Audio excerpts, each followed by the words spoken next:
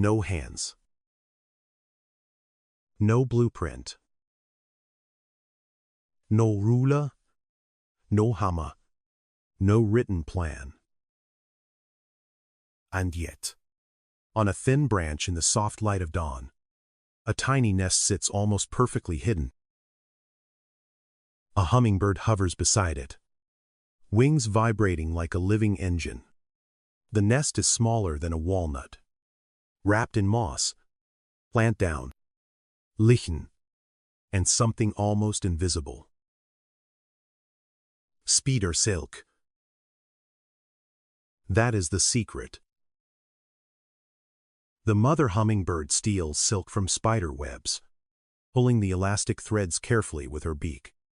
Then she binds soft fibers together, pressing moss into the walls, lining the cup with plant down, and covering the outside with bits of lichen. The result is more than a nest. It is a living cradle. As the chicks grow, the nest stretches with them. The walls flex like fabric in the wind. The silk gives it strength, but also elasticity. It holds the babies when they are tiny, then expands as their bodies push against the rim. Like living spandex. From below, the whole structure almost disappears into the branch. Lichen breaks the outline. Moss softens the edge. Color becomes camouflage. Because beauty must also deceive. A predator scanning the branches may look straight past it. A miracle hidden in plain sight. This is avian architecture. A cup becomes an engine of survival. And the hummingbird is only the beginning. Across the planet, birds build in ways that seem impossible. They weave. They glue. They carve. They sew. They stack. They decorate. They dig. They use mud, saliva, spida silk, sticks, grass, fur, feathers, leaves, stones, and even human trash. Every species solves a different problem. Weather, heat, cold, predators, courtship, egg safety, chick growth, location, camouflage. A nest is never just a pile of material. It is a biological answer. The beak becomes a hand. The feet become clamps. Instinct becomes engineering. In the African savanna, a male weaver bird hangs upside down from a branch, gripping a strip of grass in his beak. He begins with a single loop around a branch. The first knot decides everything. If that first attachment fails, the whole structure fails. He threads the grass over, under, around, and through. His feet hold tension. His beak pulls fibers tight. Gravity becomes a tool. Slowly, a ring becomes a foundation. Then a wall. Then a hollow hanging ball. Over, under, pull, lock. The rhythm becomes architecture. But the weaver is not only building a house. He is building an argument. A female arrives and inspects the nest. She checks the entrance, the frame, the strength, the placement, and the shape. If the structure is poor, she leaves. And if she rejects it, the male may tear it apart and begin again. Failure becomes new material. Selection rewards better builders. In a weaver colony, every branch becomes a construction site. Dozens of woven nests hang like lanterns, each one a test of skill, persistence, and design. A good nest can win a mate. A weak nest can lose a future. Some birds do not weave at all.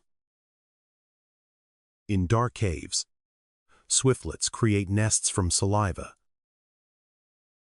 They cling to vertical rock walls and release thin strands that harden in the air. Layer by layer, spit becomes cement. A translucent cup forms against stone. It sounds impossible, but chemistry becomes structure. These are the nests humans turned into a delicacy: bird's nest soup. But before any market value, before any harvest, before any bowl of soup, that nest was a nursery. Eggs rested there. Chicks grew there. A delicacy began as a home. For the swiftlet, the cave wall is not a wall. It is a birthplace waiting for adhesive. But harvesting can have consequences. Remove the nest too early, and the builder may lose its home, its eggs, or its chance to raise young. Today, many nests come from swiftlet houses, buildings designed to imitate caves. But even there, the principle remains the same. The structure exists first for life. Human use must respect the builder. In tropical forests, some birds build beside danger. A small nest appears near a wasp colony. At first, the location looks reckless. Why place eggs beside stinging insects? Because predators calculate pain. A monkey moving through branches may hesitate. A snake climbing toward the nest may turn away. One wrong move could wake the wasps. The bird does not command the guards. The wasps work for themselves. But the architect uses the system. The safest wall may be a threat. In nature, location is technology. Then there are bird cities. In the dry landscapes of southern Africa, sociable weavers build enormous communal nests that can outlive generations. From a distance, the structure looks like a giant haystack hanging in a tree. Beneath it are dozens of entrances, each leading into chambers and tunnels. 100 families may live inside. It is an apartment block of grass. The outer roof shields the colony from brutal desert sun. The inner chambers stabilize temperature. At night, the nest can hold warmth. During the day, it can protect against heat. Here, architecture becomes climate control. But cities attract invaders. Snakes may climb the tree. The structure may become too heavy. Branches can bend. Old nests can collapse. Engineering has limits. So the birds repair constantly. They add new grass, reinforce weak points, rebuild after failure. A communal nest is not a finished object. It is a living project. A city can sleep in grass. Not all bird architecture is about eggs. Some birds build theaters.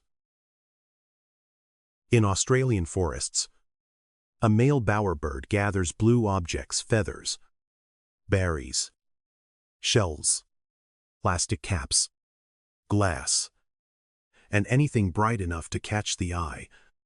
He arranges them carefully around a structure made of sticks called a bower. This is not a nest. It is a stage. Decoration becomes persuasion. Every object has a position. Some bowerbirds even manipulate perspective, arranging objects by size so that the female sees a visual illusion from the entrance. The architecture is built for her eyes. Color becomes language. Art becomes courtship. But beauty attracts thieves. Rival males steal decorations.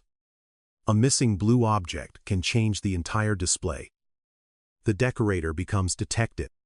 He searches, replaces, rearranges, and tries again. Beauty does not guarantee success. So the architect revises. Other birds build machines for heat. Megapodes do not sit on eggs, the way many birds do. Instead, they build massive mounds of leaf litter, soil, and decaying vegetation. Rot produces warmth. Compost becomes an incubator. The male rakes material with powerful feet, opening or closing the mound to control temperature. Too hot, he vents it. Too cool, he adds material. Rain can change the furnace. Sun can change it. Decomposition can change it. He reads heat without instruments. Inside the mound, eggs wait in darkness. No parent warms them with a body. The mound does the work. Then, when the chick hatches, it digs upward alone, fully feathered and ready to run. No nursery. No feeding. The incubator has done its work. This is one of the boldest forms of bird engineering, a structure that replaces the parent. And the diversity continues. Swallows build with mud, turning pellets into masonry under bridges and cliffs. Tailor birds sew living leaves together, piercing edges with fibers like stitches until a leaf becomes a cradle. Woodpeckers carve cavities with their beaks, chiseling shelter into trees. Chickadees may later use those abandoned holes. Nuthatches smear resin around cavity entrances. As chemical defense, penguins offer stones that become nests and courtship gifts. Grebes build floating platforms on water. Eagles stack heavy branches until weight becomes fortress. Every beak solves differently. Every foot becomes a tool. Every environment creates its own design. On cliffs, height is defense. In deserts, shade is survival. In forests, concealment is everything. In wetlands, balance matters. In cities, adaptation becomes architecture. A traffic sign can become a nesting ledge. A roof eave can become shelter. A bridge can replace a cliff.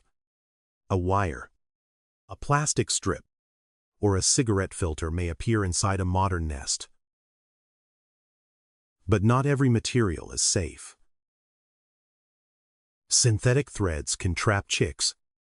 Plastic can hold toxins. Human waste can become both opportunity and danger. Help must be careful. The best supply is habitat. Native grasses, shrubs, safe cover, natural fibers, insects, clean spaces, places where birds can choose better materials without depending on our trash. Because a good site is half the design. A nest hidden in a thorny bush gains walls. A nest above water gains a moat. A hanging nest on a thin branch may stop a snake too heavy to reach it. A cavity blocks wind and hides movement. A deep cup holds eggs. A dome protects from multiple angles. The nest must manage everything. Rain demands drainage. Wind demands flexibility. Heat demands shade. Cold demands insulation. Predators demand strategy. Chicks demand space. And finally, the nest must let go. A nest is never static. Chicks push against walls. Parents remove waste. Wings stretch above the rim. The structure absorbs movement, mess, heat, storms, and growth. Then one day, the fledgling jumps. The nest has finished its purpose. Success often looks abandoned. An empty nest on a branch may seem like nothing, but it is evidence. Evidence of decisions made without hands. Geometry chosen without rulers. Materials tested without textbooks. Failure corrected without blueprints. A knot can hold a generation. Saliva can become stone. Grass can become a city. Compost can become an incubator. Spider silk can stretch around life. Danger can become security. Art can become architecture. Birds are not simply builders. They are engineers of survival. Their structures protect fragile life inside shells, then vanish into the landscape. When the job is done, the builders rarely stay. The next project begins somewhere else, with another grass stem, another thread of silk, another strip of bark, another choice of place. Without hands, they shape the world. Without blueprints, they solve the impossible. Birds are nature's master architects.